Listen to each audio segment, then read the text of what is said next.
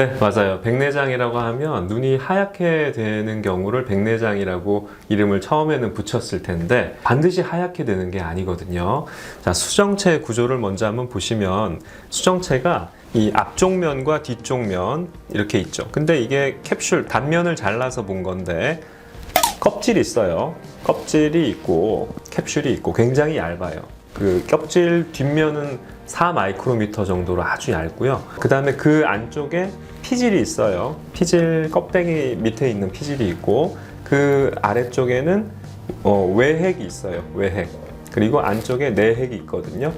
그래서 안쪽으로 갈수록 보통 딱딱해지는데 물론 젊은 사람들은 전체가 다 말랑말랑하기 때문에 탄성이 좋아서 얇았다 두꺼웠다 잘 할 수 있으니까 그걸 통해서 멀리 볼 때는 얇아지고 가까이 볼 때는 두꺼워지고 이 조절이 되니까 우리가 멀리 가까이 잘 볼 수가 있는데 백내장이 되면 렌즈가 핵부터 딱딱해지거든요.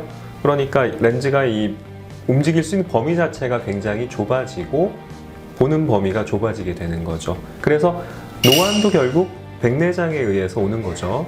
그래서 백내장의 분류를 보면 예전에는 그냥 백내장이 심했다, 별로 안 심했다 이렇게밖에 얘기를 못했는데 좀 더 구체적으로 표기를 하기 시작했어요.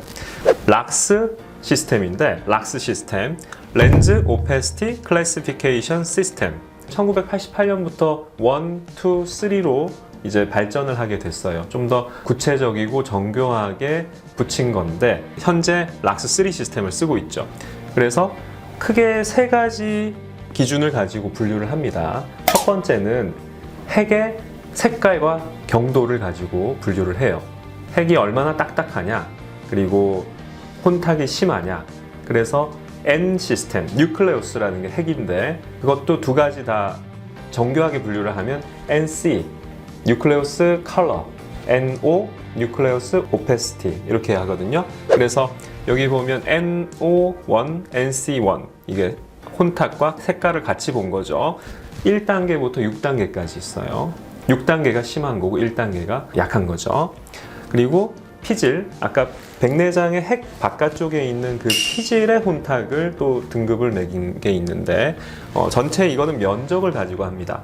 면적이 거의 없을 때는 뭐 1, 2, 3, 4, 5 이렇게 지나갈수록 전체 면적의 피질에서 혼탁의 면적이 커지는 걸 말하죠.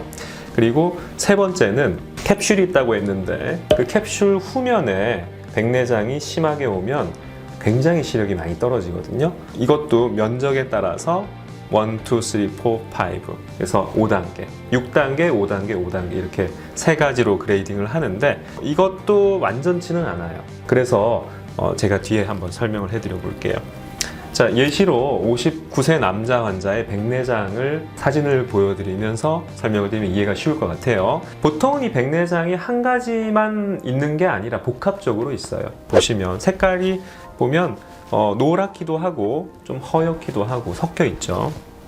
그래서 이 앞쪽에서 보면 이 슬릿 램프라는 이걸 가지고 빔을 이렇게 줄였다가 넓혔다가 이걸 잘 보면은 이걸 다 파악을 할 수가 있는데 피질 백내장이 이 하얗게 보이는 백내장이고요.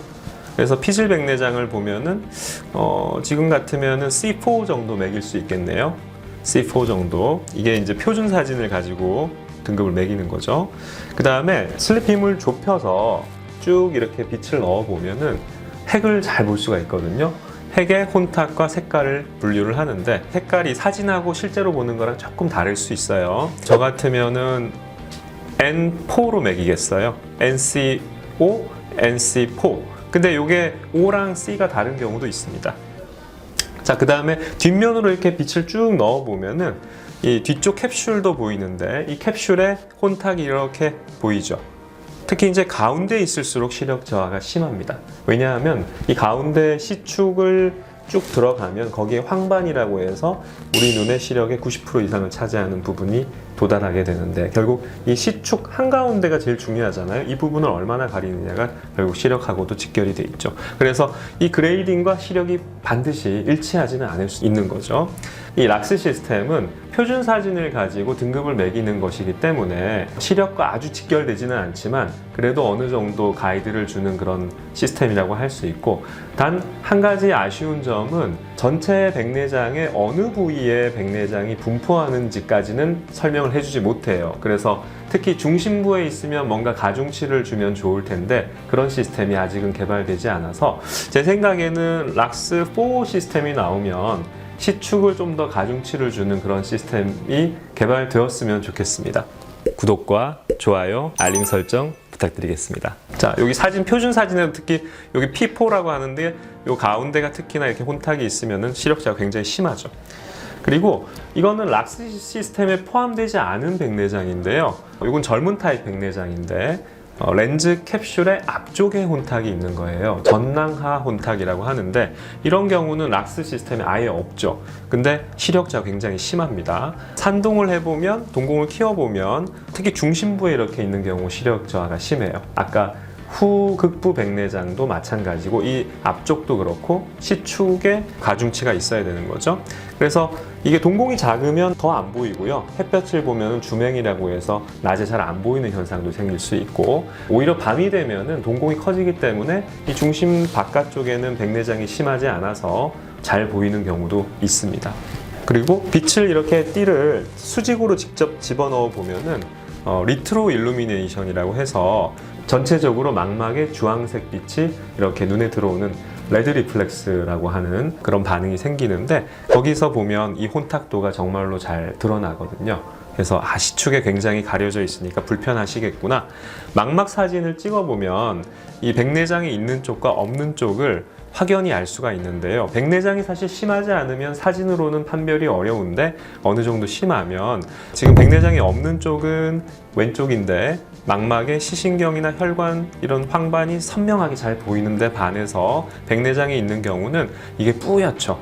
그래서 혈관이 잘 보이다가 안 보이거나 끊어지는 경우도 있고 전체적으로 뿌옇고, 이런 경우 더 백내장이 심해지면 아예 사진이 안 찍히게 되는 거죠.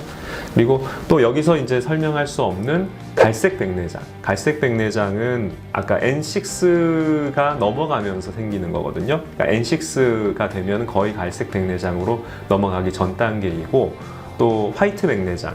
그러니까 백색 백내장은 화이트 카다락이라고 하는데 여기 시스템이 없지만 완전히 진짜 하얗게 변해서 마치 속이 액화가 되기도 해요. 물처럼. 그래서 캡슐을 딱 터뜨리면은 흰 액체가 팍 퍼져나오면서 캡슐이 찢어지는 경우도 있고요. 그런 경우도 수술이 굉장히 어렵죠.